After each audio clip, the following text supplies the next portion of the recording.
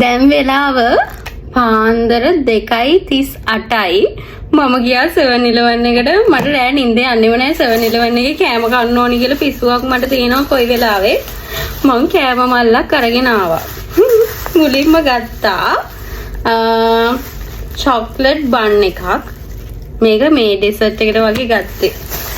ඊට පස්සේ මම ගත්තා මේ මම 7-Eleven එකෙන් try කළම නැහැ කවදාවත් මේ ඩම්ප්ලින්ස් වගේ යාලගේ එකක් තිබුණා. මේක මේ ජපාන් බ්‍රෑන්ඩ් එකක් කියලා තමයි කිව්වේ. මන් දන්නේ නැහැ මොකද්ද කිව්වෝ.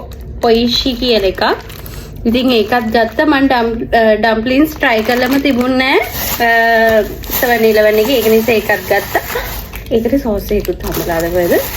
ඊට පස්සේ මගේ අවසම එකක් තමයි මේ 7-Eleven එකේ ස්පැගටි එක. ඉතින් ඒකත් ගත්තා. අපි try කරලා බලමු. ඔයාලා මේ තායිලන්ඩ් ආවොත් අනිවාර්යෙන් 7-Eleven එකේ මේ වගේ try කරලා බලන්න. මෝර රහයි යාලගේ 7-Eleven එකේ තියෙන මේ කෑම. මුලින්ම අපි ඩම්ප්ලින් එක try කරලා බලමු. සුවඳක් නම් එනවා. කඩා ගන්න කොහොමද?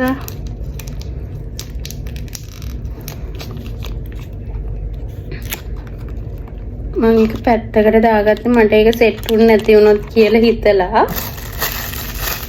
කන්න ඒකෙම තමයි කන්න.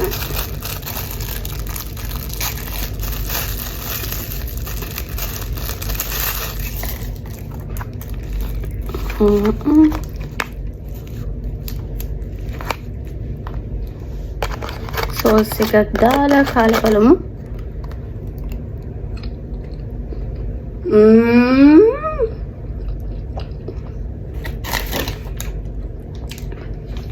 අනේ දෙයනේ මම මෙච්චර දවසක් මේක try කරේ නැත්තේ.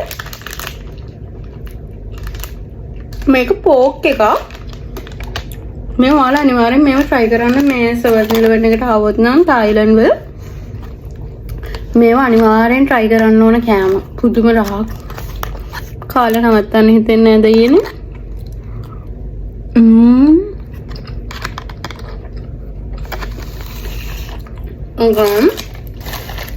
මාරම රහයි.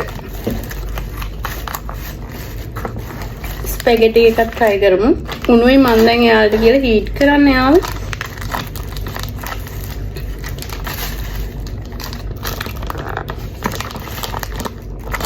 මම අද රැට කන්නේ කියලා හිතන් හිටියේ. මොකද මම දැන් හවස ගිහිල්ලා මැක් එකකින් සෑහෙන කෑම ගොඩක් කාලා ආවේ.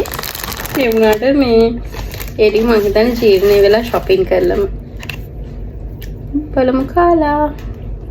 මේක නම් මේ මම වෙනදටත් ආවම නිතරම කන එකක්. මම ආසයි. ඩම්ප්ලින් එක නම් ඔයාලා try කරන්න.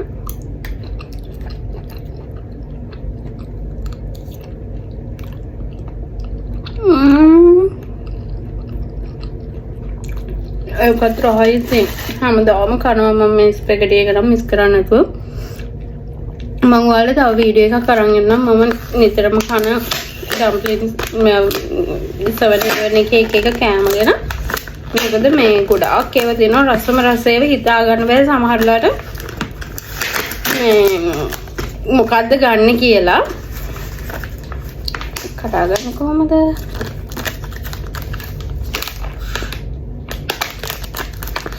මට හිතෙන බන් එකේ සුවඳත් එක්ක බන් එකත් රහයි ඇති කියලා.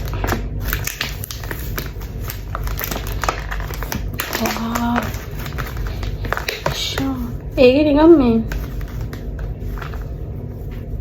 මේ චොක්ලට් කෑලි දෙකකුත් තියෙන උඩ.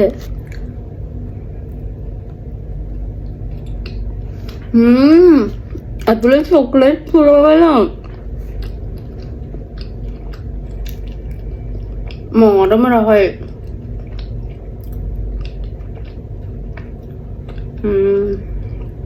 මේක අනිවාර්යෙන් try කරන්න. මම ඔයාලට පෙන්න මේ වගේ box එකේ එන්නේ බන් එකක් මේක.